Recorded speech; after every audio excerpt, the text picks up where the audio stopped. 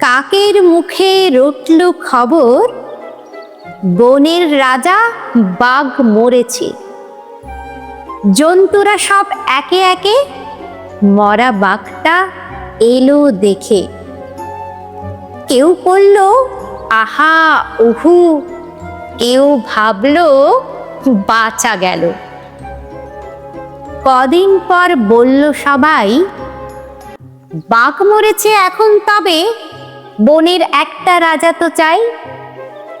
কে তাহলে রাজা হবে? শেয়াল শুনে চুপি চুপি মাথায় দিয়ে গাধার টুপি লাফিয়ে উঠে সিংহাসনে ডাকলো হুয়া হুক্কা রবে। বলল সেই রাজা হবে। ভালুক বলল, এই বেয়াদব, ওখান থেকে নাম এখুনি।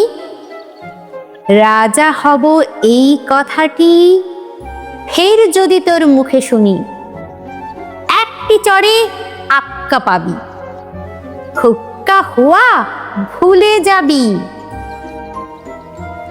বাঘ নেই তো আমি আছি, বাঘের পরেই আমার দাবি।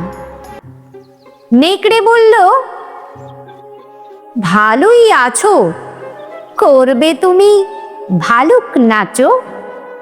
সিংহাসনে বসে আবার ভাবছো বুঝি রাজাও হবে। আমি হলাম বাঘের পিসে, আমার দাবি কমটা কিসে? আমায় রাজা করতে হবে। হায়না বলল, হাসাস নার, পিসি কোথায় ঠিক নেই তার।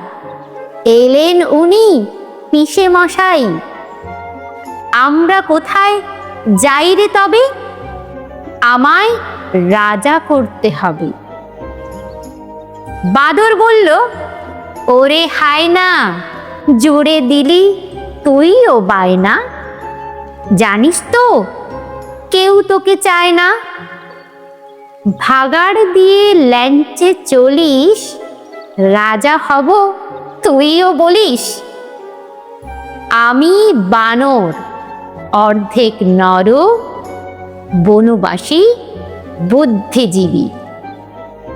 আমায় রাজা করতে হবে, সব্বাইকে বলে দিবি।